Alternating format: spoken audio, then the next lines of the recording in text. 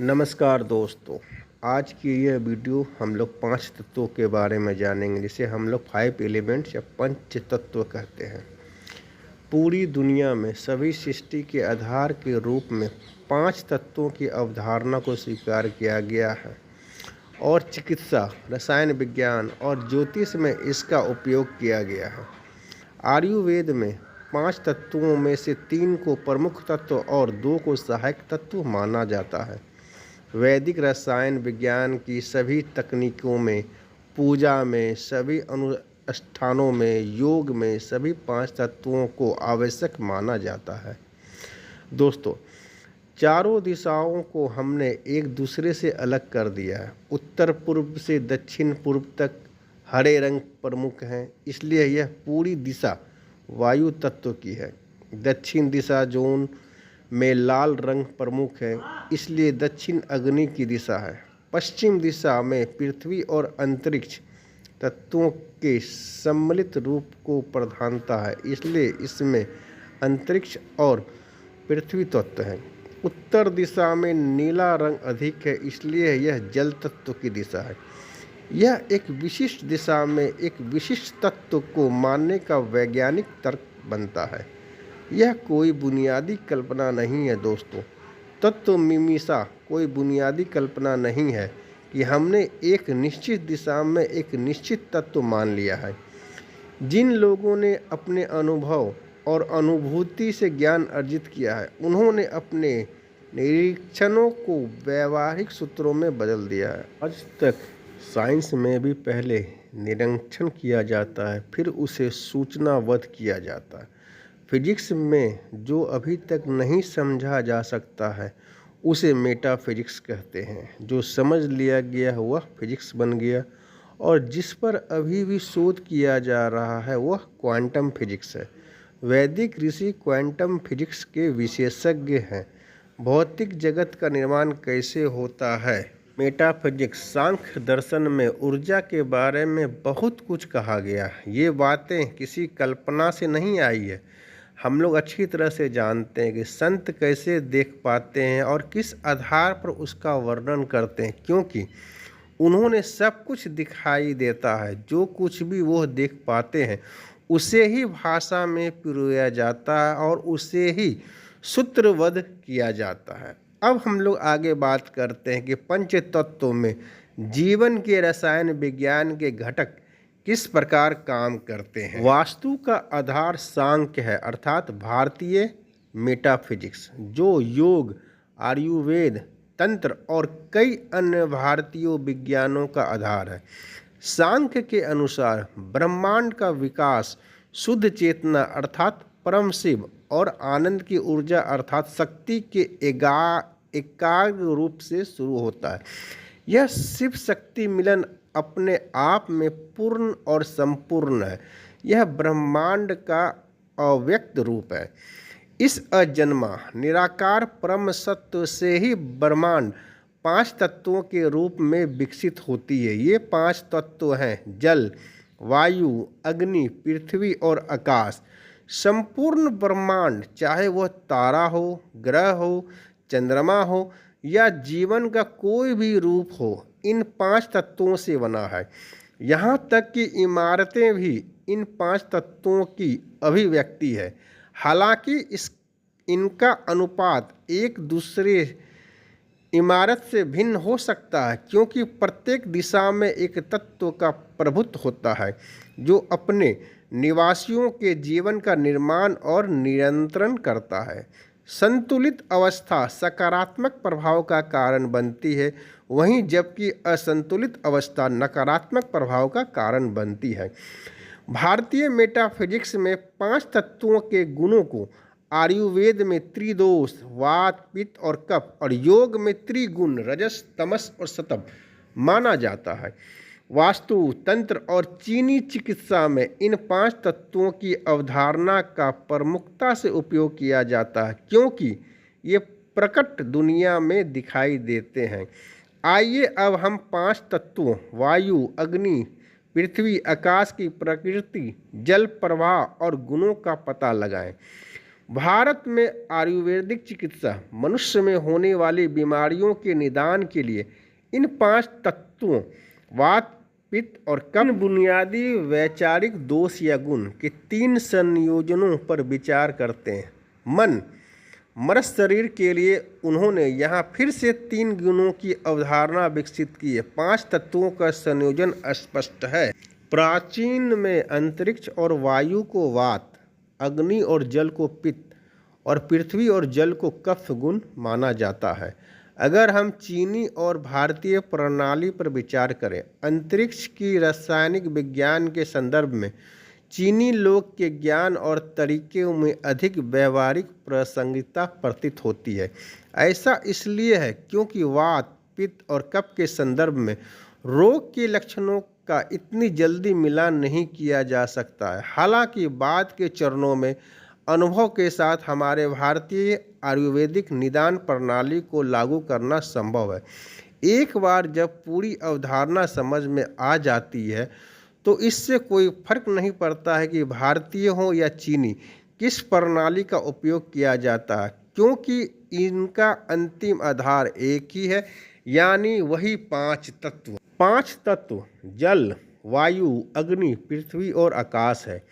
भारतीय प्रथाओं के अनुसार इन 5 तत्वों की उत्पत्ति का क्रम चीनी लोगों से अलग है, लेकिन जिस तरह से तत्वों की विशेषताओं पर विचार किया जाता है और उन्हें लागू किया जाता है वह समान है।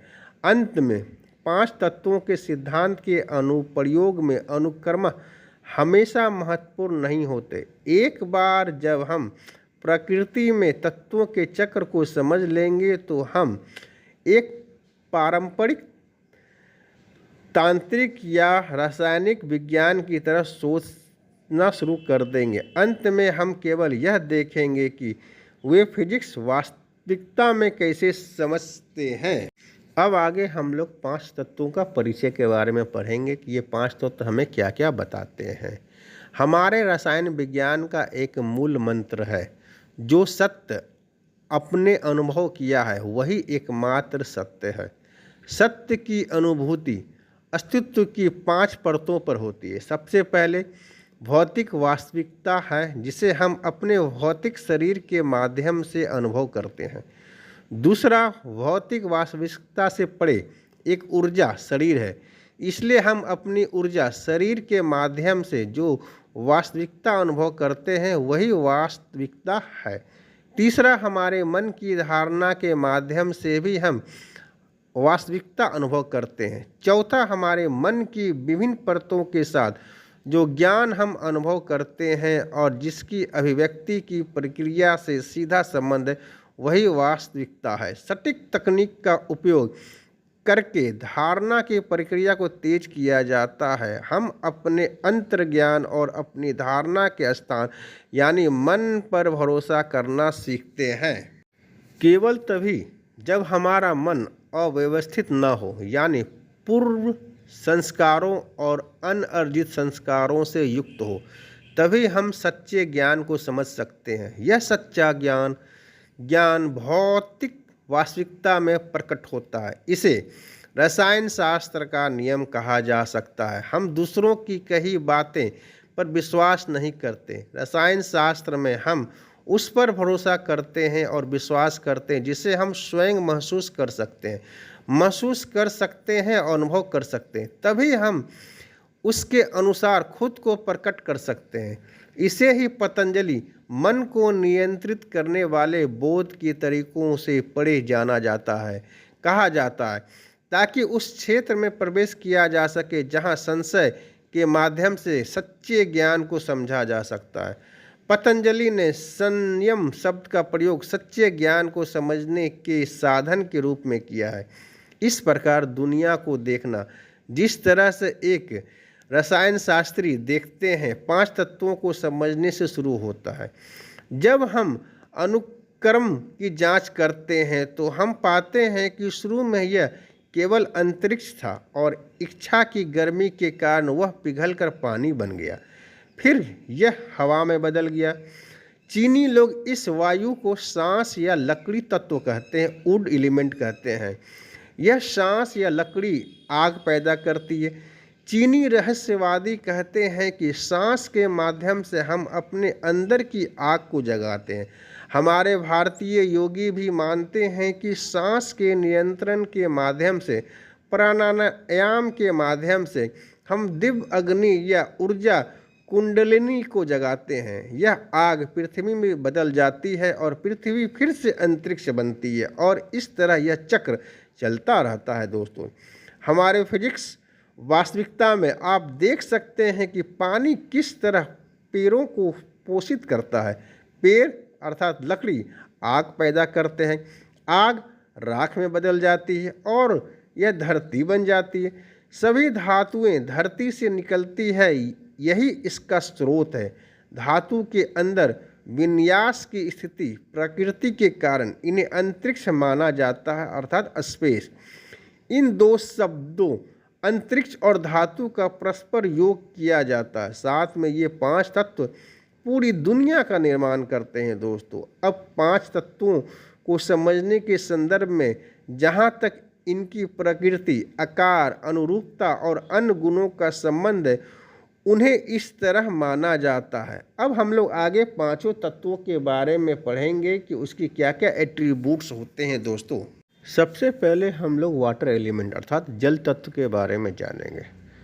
हम पानी से शुरू करते हैं। जो भी तरल है, जो भी बहता है, जिसका एक विशेष घनत्व है, जो भी वाष्पीकरण, संघनन से भाप में बदलने और फिर से तरल में परिवर्तित होने का विशेष गुण रखता है, वह सब पानी माना जाता है, वाटर माना जाता है। आप वाटर के सभी गुणों को देखें, कोई भी अन्य चीज़ जिसमें वाटर का गुण और उसकी विशेषता अर्थात रंग, प्राकृतिक आदि है, उसे वाटर माना जाता है। तो यह स्पष्ट है कि जो भी बहता है वह पानी है। इससे यह निष्कर्ष निकलना जाना चाहिए कि जो भी बहता है, चाहे वह कोई विचार, भावना या अनुभूति हो, चाहे वह तैरता हो, बहता हो, वह सभी जल तत्व से आते हैं और इसका निर्माण करते हैं। यह सर्वव्यापी जल अभिव्यक्ति है, भौतिक और अभौतिक दोनों। प्राचीन भारतीय मेटाफिजिक्स कहती है कि पानी में पृथ्वी है।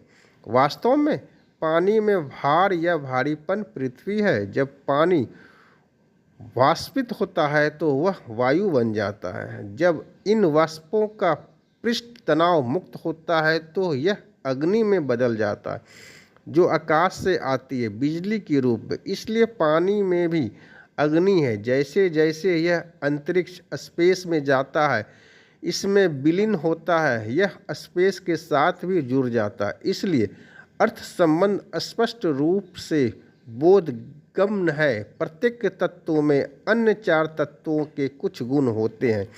कोई भी तत्व अपने आप में पूर्ण नहीं है, प्रकृति में अपने आप में मौलिक नहीं है। प्रत्येक तत्व में अन्य तत्वों के गुण होते हैं, जिससे यह अन्योनांशित रूप से प्रकट और अस्तित्व में रह सकता है। जिस क्षण हम किसी एक तत्व पर ध्यान करते हैं, हमें उस तत्व के बारे में, उसके गुणों के बारे में और उस तत्व के भीतर अन्य तत्वों की उपस्थिति के बारे में जानकारी मिलना शुरू हो जाती है।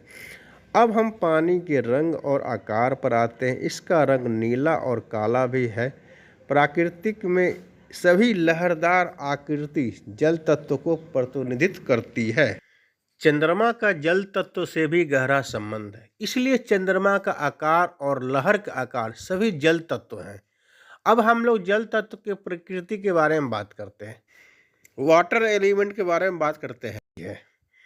पानी में बहने की प्रवृत्ति होती है, जिससे सफाई करने की क्षमता होती है।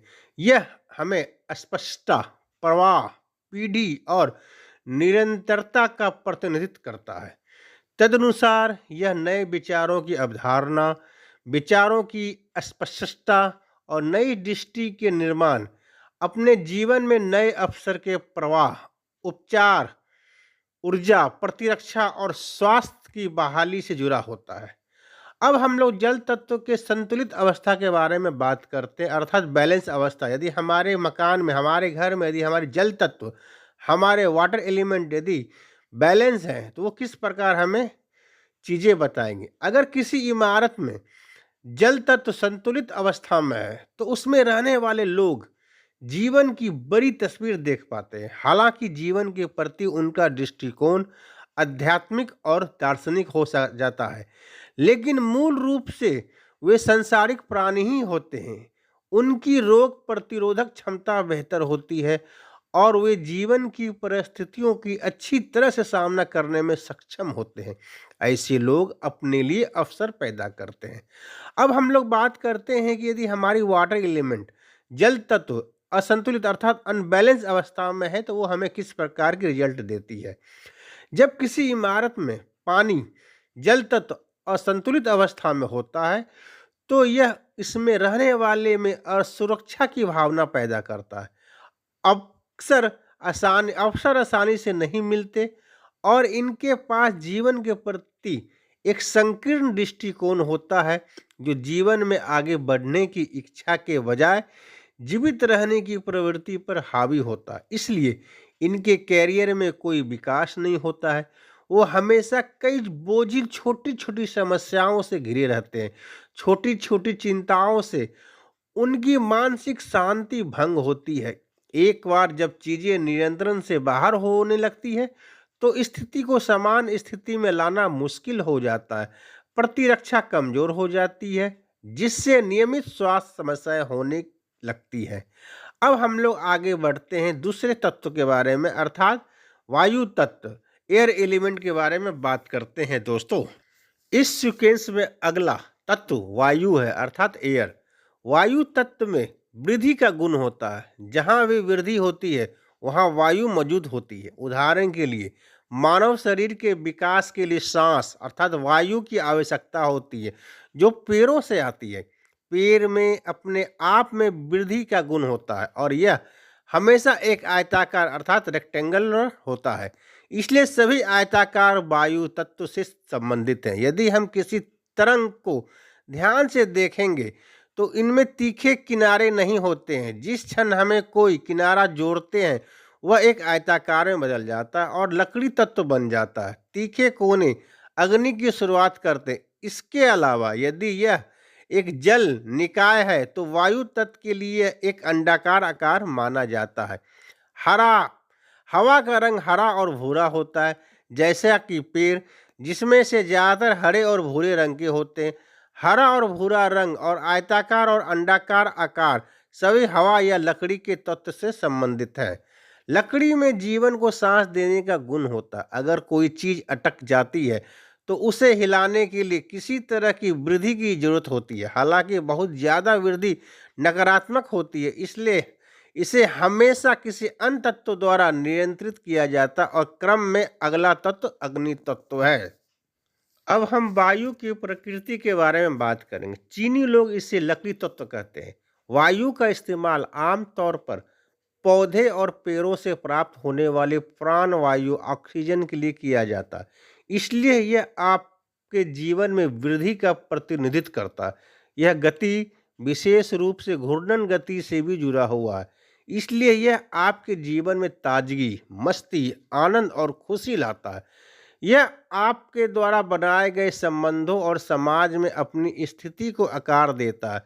यह वह ऊर्जा है जो आपको प्रेरित करता है कि दूसरों को प्रेरित करने में आपकी मदद करती है। अब हम लोग बात करेंगे वायु तत्व के संतुलित अवस्था अर्थात एयर एलिमेंट। यदि हमारे मकान, हमारे इमारत, हमारे घर में यदि बैलेंस है वो हमें किस प्रकार अपना रिजल्ट देते हैं। संतुलित होने पर वायु आपको नई ऊर्जा को आजमाने, नई चीज़ों को आजमाने, जोखिम उठाने का साहस देती है। अपने विकास के लिए, अपने भीतर की खोज करने के लिए आप ऐसे लोगों से मिलते हैं जो आपके विकास का मार्ग प्रशस्त करते हैं और आप प्रभावशाली प्रदर्शन करते हैं। इसी प्रकार यदि वायु तत्व हमारी इमारत, हमारे घर में यदि अनबैलेंस हो, असंतुलित अवस्था में हो, तो हमें अगर वायु तत्व का संतुलन सही ना हो तो यह जिद्दीपन, अत्यधिक और लंबे समय तक गुस्सा, पड़ोसियों या समाज से परेशानी, अटके रहने का एहसास कराता है। अगर आपको लगता है कि आप जीवन में आगे नहीं बढ़ सकते हैं क्योंकि छोटी छोटी चीज़ें आपको लगातार पीछे ढकेलती रहती है, तो इसका कारण वायु तत्व का असंतुलित होना है। शारीरिक स्वास्थ्य की बात करें तो वायु तत्व के असंतुलन से त्वचा में संक्रमण, जोड़ों में दर्द, कुछ मामले में यौन असंतोष की समस्या होती है, जिसके कारण व्यक्ति गहरे अवसाद में अवस्था में जाने लगता है दोस्तों। और अगला तत्व है अग्नि तत्व। अग्नि जीवन की चिंगारी है, तेजस। जो भी चीज आकर्षित करती है उसमें चिंगारी होती है, चाहे वह आवाज हो, चाहे वह शारीरिक विशेषता हो, चाहे वह कोई बहुत सुंदर चीज हो, यह सब अग्नि से आता है। रूप और तेजस क्रमशः अग्नि तत्व के भौतिक और अभौतिक रूप है। इन्हें समझना चाहिए क्योंकि तत्वों का खेल ढाई शरीरों के बीच होता है। संपूर्ण भौतिक शरीर 5 तत्वों द्वारा निर्मित है। इन 5 तत्वों का स्थान ऊर्जा शरीर में विभिन्न चक्रों में स्थित है। जब हम चक्रों का विस्तार से अध्ययन करेंगे तो हम देखेंगे कि प्रत्येक चक्र किस तरह से किसी विशेष तत्व से जुड़ा हुआ है। जल का संबंध स्वादिष्ट चक्र पेट के निचले हिस्से से है। अग्नि का मणिपुर चक्र सौर जाल से है। वायु का संबंध अनाहत चक्र हृदय से है। पृथ्वी का संबंध मूलाधार चक्र रीढ़ की हड्डी का आधार से है और अंतरिक्ष का संबंध विशुद्धि चक्र गला और आज्ञा चक्र माथा से है। इसलिए 5 तत्व सभी अभिव्यक्तियों सभी से संबंधित हैं। भौतिक वास्तविकता, जो कुछ भी भौतिक है वह 5 तत्वों का परस्पर क्रिया है। अग्नि तत्व का आकार त्रिभुजाकार होता है, इसलिए त्रिभुज अग्नि है। माना जाता है कि अग्नि तत्व किसी भी संबंधित सतह के तीखे किनारे पर मौजूद होते हैं। हालांकि चीनी लोग अष्टकोणीय आकार को अग्नि तत्व मानते हैं। यह लाल और नारंगी रंगों से दृढ़ता से जुड़ा हुआ है। कभी कभी बैंगनी रंग भी अग्नि से जुड़े होते हैं। भौतिक अग्नि के सभी रंग अग्नि तत्व के रंग है। अग्नि से अर्थ बनता है, इसलिए क्रम में अगला तत्व पृथ्वी तत्व है। अब हम अग्नि की प्रकृति के बारे में बात करते हैं। आदिम काल से ही अग्नि का उपयोग सुरक्षा के लिए किया जाता रहा है दोस्तों। यह जीवन में चिंगारी, जोश और जुनून का प्रतिनिधित्व करता है। आग जीवन की सभी प्रक्रिया के पीछे प्रेरक शक्ति है और इसलिए आधुनिक युग में इसे पैसे के बराबर माना जाता है। यह आत्मविश्वास और उत्साह के साथ आपके जीवन को बदल सकता है दोस्तों। अब हम लोग बात करते हैं यदि हमारे घर, हमारे इमारत में अग्नि तत्व संतुलित अवस्था में हो तो अग्नि आपको लोगों के बीच प्रसिद्धि और पहचान दिलाती है। यह आपको उत्साह, शक्ति, ताकत, आत्मविश्वास और पैसे देती है, जो जीवन और उसकी प्रक्रियाओं से प्रेरित शक्ति बन जाती। आप अच्छी नींद और अपने रिश्तों में गर्मजोशी का आनंद लेने में सक्षम होते हैं। उसी प्रकार यदि हमारे अग्नि तत्व अनबैलेंस अवस्था में हो, असंतुलित अवस्था में हो, तो उसमें रहने वाले निवासियों को वह पहचान नहीं दिला पाती है जो उन्हें मिलनी चाहिए। वो आमतौर पर गुमनाम होते हैं। अत्यधिक असंतुलन से बदनामी और दुर्घटना, गर्भपात, चोरी और दुर्घटना भी हो सकती है। यह जोश, उत्साह और आत्मविश्वास को खत्म कर देता है दोस्तों, और व्यक्ति अंतर्मुखी और भयभीत हो जाता है।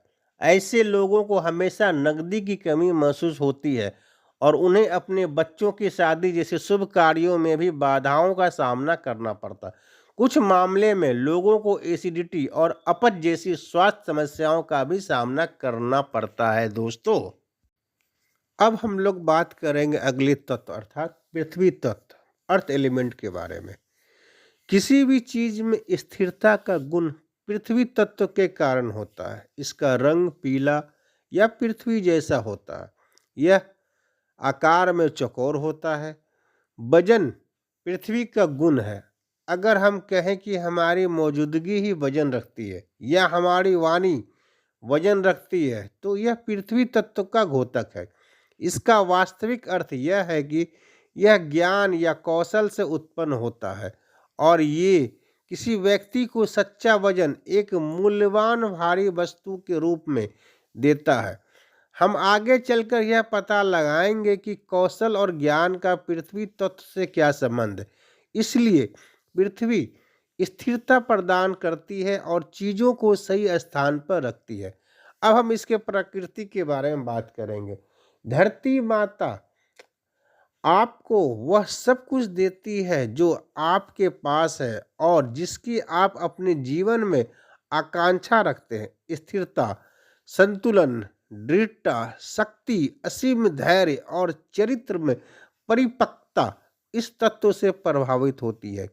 बीजों का अंकुरन पृथ्वी तत्व द्वारा नियंत्रित होता है। यह आपको देने की क्षमता प्रदान करता है जिसमें आपके शरीर, विचारों, संबंधों और जीवन से अपव्यय को हटाना शामिल है। अब हम बात करते हैं कि यदि हमारे मकान घर में यदि हमारे पृथ्वी तत्व अर्थ एलिमेंट संतुलित अवस्था में होते हैं तो वो हमें क्या फल देते हैं। संतुलित होने पर यह तत्व पृथ्वी तत्व आपके जीवन में स्थिरता लाता है, चाहे वह आपके कैरियर हो, चाहे वह व्यापार हो, चाहे वो रिश्ते हो या आपके प्रयासों के परिणामों में हो।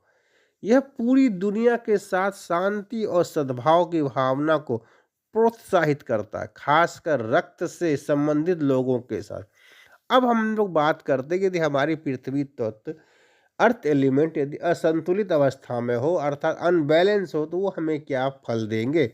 असंतुलित होने पर यह आलस, तीव्र सुस्ती और ऐसी भावना पैदा करता है कि आपकी सारी ऊर्जा खत्म हो जाती है। सेवा क्षेत्र में काम करने वाले लोगों को नौकरी की असुरक्षा का सामना करना पड़ता है। जो लोग शादी करने का इंतजार कर रहे हैं उन्हें उपयुक्त वर नहीं मिल पाता है। परिवार में विवाद और मन मुटाव आम बात हो जाती है। फिजिल खर्ची बढ़ जाती है। संक्षेप में कहें तो पृथ्वी तत्व के असंतुलन से रिश्ते, कैरियर और जीवन में अस्थिरता आती है दोस्तों। अब अगली और अंतिम तत्व हमारे अंतरिक्ष तत्व है अर्थात स्पेस एलिमेंट। अंतरिक्ष तत्व को छोड़कर बाकी 4 तत्व हमें दिखाई देते हैं। हालांकि अंतरिक्ष सर्वव्यापी है, भले ही हम इसे देख न सके। विडंबना यह है कि हम अपनी बाहें फैलाकर कह सकते हैं कि यह अंतरिक्ष है। हमारे रसायन शास्त्रों में अंतरिक्ष सबसे रहस्यमय तत्व है। यह तथ्य है कि तत्वों के इर्द गिर्द विभिन्न संस्कृति और विभिन्न परंपराएं विकसित हैं। अंतरिक्ष के 2 रंग हैं, ग्रे और सफ़ेद। दरअसल सफ़ेद रंग में सभी रंग समाहित हैं, लेकिन हम यह नहीं कह सकते कि सफ़ेद रंग की मौजूदगी हमेशा अंतरिक्ष को दर्शाती है। सफ़ेद रंग प्रकृति के पोषण करने वाले होते हैं। यह माँ के समान है। दूध सफ़ेद रंग का होता है और यह शिशुओं के पोषण का एक महत्वपूर्ण स्रोत है जो सीधे उनकी माँ से मिलता है। इसी तरह सफ़ेद रंग का अंतरिक्ष पृथ्वी तत्व से आता है। इसलिए हम धरती माता की पूजा करते हैं क्योंकि वह इस ग्रह पर जीवन का स्रोत है। जैसे जैसे यह इसका पोषण करती है वह अंतरिक्ष तत्व का भी हिस्सा बनती है और उसका प्रतिनिधित्व करती है। अंतरिक्ष की रसायन शास्त्रों में अंतरिक्ष का निर्माण अभिव्यक्ति है, लेकिन स्रोत माँ पृथ्वी है। अंतरिक्ष की रसायन शास्त्रों में हम माँ पृथ्वी की ऊर्जाओं को समझते हैं और उनकी व्याख्यान करते हैं। पश्चिमी दुनिया में इस तरह के अध्ययन को जियोमेंसी कहा जाता है। जियोमेंसी का सीधा सा मतलब है, जियो का अर्थ है पृथ्वी से संबंधित और मेंसी का अर्थ है पृथ्वी से संदेश। इसलिए पश्चिमी रसायन शास्त्रों ने इस ज्ञान को जियोमैक्सी नाम दिया, जो माँ पृथ्वी की प्रकृति और उसके विभिन्न भागों के व्यवहार को समझता है। इन सभी घटनाओं को समझने के लिए सभी 5 तत्वों की गहरी समझ की आवश्यकता है। अब हम लोग स्पेस एलिमेंट की प्रकृति के बारे में बात करते हैं। 5वां तत्व अर्थात अंतरिक्ष को ईश्वर ईथर तत्व भी कहा गया है दोस्तों। धातुओं की परमाणु संरचना से सही स्थान विन्यास के कारण चीनी लोग इसे धातु या स्वर्ग तत्व कहना पसंद करते हैं। अंतरिक्ष परिभाषित सीमाओं वाली किसी चीज को संदर्भित करता है। यह कनेक्टिविटी के लिए एक माध्यम प्रदान करता है। यह विस्तार, वृद्धि, विस्तार, प्रसार, संचार और यहाँ तक कि विचार प्रक्रिया, मानसिक स्थान का प्रतिनिधित्व करता है, चाहे वह ज्ञान, विचारों, भावनाओं, रिश्तों, विवाहित जीवन, खुशी, सूचना, व्यवसाय, प्रणाली, समर्थन, शक्ति, शारीरिक, भावनात्मक और वित्तीय का विस्तार हो या जीवन में प्राप्त समग्र लाभ और चीजें हो, यह अंतरिक्ष तत्व द्वारा शासित है। अब हम लोग बात करते हैं कि यदि हमारे मकान इमारत में यदि अंतरिक्ष तत्व स्पेस एलिमेंट यदि बैलेंस अवस्था में हो, संतुलित अवस्था में हो, तो वे किस प्रकार हमें फल देती है। संतुलित अवस्था में अंतरिक्ष आपको अपने भाग का प्रभार देती है, वह आपको दिशा का बोध कराता है और संगठित होने की क्षमता प्रदान करता है, जिससे यह सुनिश्चित होता है कि आप जो कुछ भी करते हैं उसमें उत्कृष्टता प्राप्त करें। आप अलग थलग और वास्तविक आत्मनिरीक्षण की क्षमता प्राप्त करते हैं और पिछली गलतियों से सीखने की इच्छा रखते हैं। अंतरिक्ष आपको पुरानी मान्यताओं को समझाने और नए रचनात्मक और लाभकारी विचारों को अपनाने के लिए ज्ञान और जागरूकता देता है। आप अपने कौशल को निखारने, अधिक बचत करने और अपने प्रयासों से अपेक्षित प्रतिफल का आनंद लेने में सक्षम होते हैं। उसी प्रकार यदि हमारे अंतरिक्ष तत्व स्पेस एलिमेंट अनबैलेंस हो, असंतुलित हो, तो हमें किस प्रकार रिजल्ट देंगे। असंतुलित अवस्था में स्थान बुद्धि को धुंधला कर देता है। अगर आपको लगता है कि आपने कौशल खो गए हैं, आपके अंदर कौशल जो है खो गए हैं, आपके प्रयासों के अनुरूप लाभ नहीं मिल रहा है, आप चीज़ें, विचारों और स्थितियों को प्रगतिशील तरीके से बदलने में असमर्थ हैं, अगर आप लगातार अटके हुए हैं और अस्पष्ट महसूस करते हैं और आपको क्या करना चाहिए, तो आपको अपने स्थान को वापस संतुलित की स्थिति में लाएं, अर्थात उसे बैलेंस करने की कोशिश करें दोस्तों। अब आगे हम लोग बात करेंगे रहस्य 5 तत्वों के संतुलन में निहित है। हम जानते हैं कि संपूर्ण ब्रह्मांड 5 तत्वों से बना, अर्थात 5 तत्व जल, वायु, अग्नि, पृथ्वी और आकाश। इन तत्वों के साथ साथ अलग अलग रंग, आकार और धातु जुड़े होते हैं। उदाहरण के लिए अग्नि तत्व को लाल, नारंगी, गुलाबी और बैंगनी रंगों द्वारा दर्शाया जाता है। 16 महावस्तु क्षेत्रों में से प्रत्येक जिनमें किसी भी स्थान को विभाजित किया जाता है, इन 5 तत्वों में से एक या अधिक द्वारा शासित होते हैं। यह उन पंच तत्वों के बीच संतुलन या असंतुलन है जो किसी के स्थान को आभासी स्वर्ग या नरक बनाता है। एक परेशान स्थान के 16 महावास्तु जोन ग्रिड का विश्लेषण करके हम असंतुलित वास्तु क्षेत्र समस्या के लिए जिम्मेदार क्षेत्र को पता लगा सकते हैं और तदनुसार व्यवहारिक और आसानी से लागू होने वाले जो 16 टेक्निक के माध्यम से हम इसका इलाज भी कर सकते हैं। इस प्रकार तत्वों की विशेषताओं का उचित उपयोग करके किसी स्थान में उत्पन्न होने वाले वास्तु दोषों को ठीक किया जा सकता है। यह उपाय भवन संरचना में वास्तविक परिवर्तन किए बिना वास्तु दोषों को ठीक करने का एक आसान तरीका प्रदान करते हैं। निष्कर्ष के तौर पर जल तत्व हम इमारत में उत्तर दिशा को नियंत्रित करता है। वायु, अग्नि, पृथ्वी और आकाश क्रमशः पूर्व, दक्षिण, मध्य और पश्चिम दिशाओं को नियंत्रित करते हैं। जब भी असंतुलन होता है तो यह किसी भी दिशा में गलत तत्व की उपस्थिति के कारण होता है दोस्तों। उदाहरण के तौर पर यदि दक्षिण दिशा में पानी अर्थात भूमिगत पानी की टंकी, पानी की बोरिंग, नीली छाया या लहरदार आकृतिक रूप में रखा जाता है तो अग्नि कमजोर हो जाती है, क्योंकि पानी अग्नि को नष्ट कर देता है। इसलिए अब यदि अग्नि कमजोर हो जाती है तो क्षेत्रों की विशेषताएं परेशान होती है।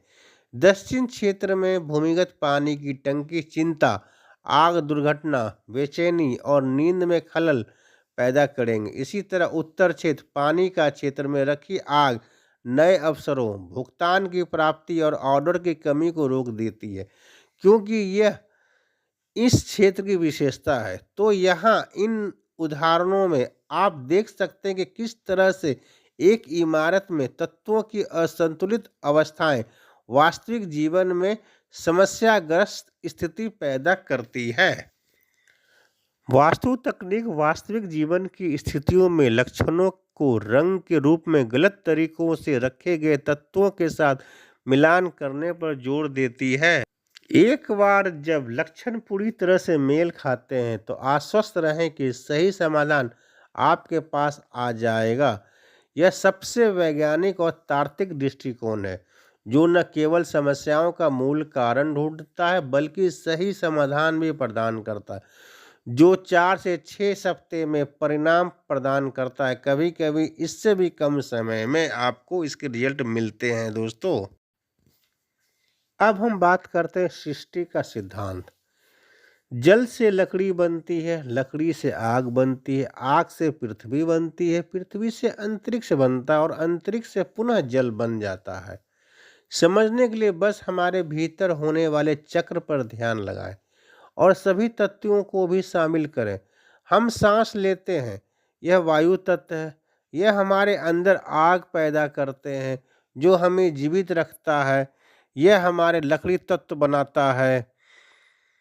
साथ में अग्नि, जिसका उपयोग भोजन को जलाने और भोजन को ऊर्जा में बदलने के लिए किया जाता है, उस ऊर्जा की आवश्यकता शरीर को आगे बनाए रखने के लिए होती है, जबकि अपशिष्ट का निपटान किया जाता है। अग्नि तत्व जो धीरे धीरे राख में बदल जाता है वह पृथ्वी तत्व है। धातुएं पृथ्वी से आती है। जब धातुएं, आकाश और पर्वत भी धातु के समान है, को पिघलाया जाता है तो वह पानी में बदल जाती है। तो इस तरह पूरा चक्र पूरा हो जाता है। हम इस बात पर भी ध्यान कर सकते हैं कि कैसे पानी आसमान से आया और लकड़ी का निर्माण हुआ। लकड़ी ने आग पैदा की और आग ने धरती को बनाया। धरती ने फिर पहाड़ों को बनाया, पहाड़ों से और पहाड़ उठे और पानी का निर्माण हुआ और पूरा चक्र पूरा हो गया। यह एक सहज समझ है। चक्र पर ध्यान करते समय अपने तार्किक दिमाग को एक तरफ रख दें, बस चक्र को स्वीकार करें। सृष्टि का चक्र, दुनिया इसी तरह से बनाई गई है और हम हर पल लगातार बनाई जा रही है। अब हमें सृजन के संगत पहलू विनाश की ओर मुड़ना चाहिए। दोस्तों, अब हम लोग बात करते हैं थ्योरी ऑफ कंट्रोल के बारे में, अर्थात नियंत्रण का सिद्धांत के बारे में हम लोग बात करेंगे। हमारे भौतिक वास्तविकता का नियंत्रण या परिवर्तन भी 5 तत्वों के कारण होता है। इसे नियंत्रण चक्र के रूप में जाना जाता है। बस इस पर ध्यान लगाएं और आप नियंत्रण चक्र को, उसके पूरे क्रम को समझेंगे। चक्र इस तरह है। पानी आग को बुझाता है, आग धातु को पिघलाती है, धातु लकड़ी को काटती है, लकड़ी पृथ्वी को अलग करती है और पृथ्वी पानी को रोकती है। इसलिए हम परिवर्तन चक्र या नियंत्रण चक्र में लिंक देख सकते हैं। यह समझना भी बहुत ही महत्वपूर्ण है कि कौन क्या नियंत्रित करता है। दोस्तों, पानी आग को नियंत्रित करता है, आग अंतरिक्ष अर्थात स्पेस या धातु को नियंत्रित करता है, धातु लकड़ी को काटती है और नियंत्रित करती है, लकड़ी पृथ्वी को अलग करती है और नियंत्रित करती है और पृथ्वी पानी को रोकती है या नियंत्रित करती है। यहाँ नियंत्रण चक्र को यह समझने के लिए समझाया गया है कि इसका क्या अर्थ है और इसे सृजन चक्र के किस तरह अलग देखा जा सकता है। मूलतः और वास्तव में सृजन और नियंत्रण के चक्र एक साथ हो रहे हैं। यह हमारे अपने जीवन की तरह ही है। क्या यह बढ़ रहा है या घट रहा है? वास्तव में यह दोनों दिशाओं में आगे बढ़ रहा है। इस सब में हम कहाँ हैं? हम लगातार बीच में हैं, संतुलन की स्थिति में। इसलिए एक तीसरा चक्र है संतुलन की चक्र। दोस्तों, अब हम लोग आगे जो पढ़ेंगे दोस्तों, वो पढ़ेंगे थ्योरी ऑफ बैलेंस के बारे में बात करेंगे। दोस्तों, हम लोग थ्योरी ऑफ बैलेंस हमें क्या बताती है? दोस्तों, संतुलन का सिद्धांत। अगर हम सृजन और नियंत्रण के चक्रों को एक दूसरे पर आरोपित करें तो यह कुछ दिलचस्प बात सामने आती है दोस्तों। जैसे लकड़ी, यह आग को भी नियंत्रित कर रही है, हवा आग पैदा कर रही है, लेकिन साथ ही यह पृथ्वी को भी अलग कर रही है। आग पृथ्वी बनाने के साथ साथ स्पेस को पिघला रही है। आग राख में बदल रही है, लेकिन यह ऊपर की ओर भी जा रही है और स्पेस को प्रभावित कर रही है। पृथ्वी पानी को रोक रही है, साथ ही अंतरिक्ष का निर्माण भी कर रही है, लेकिन इसे लकड़ी द्वारा, ऊड द्वारा अलग किया जा रहा है और आग द्वारा बनाया जा रहा है। इसलिए सभी 5 तत्व एक ही क्षण में 4 अलग अलग अवस्थाओं से गुजर रहे हैं। आइए हम एक तत्व पर विचार करें और सही सिद्धांत बाकी 4 तत्वों पर भी लागू होता है कि नहीं, यह हम लोग जानने की कोशिश करते हैं। हम पानी का उदाहरण लेंगे।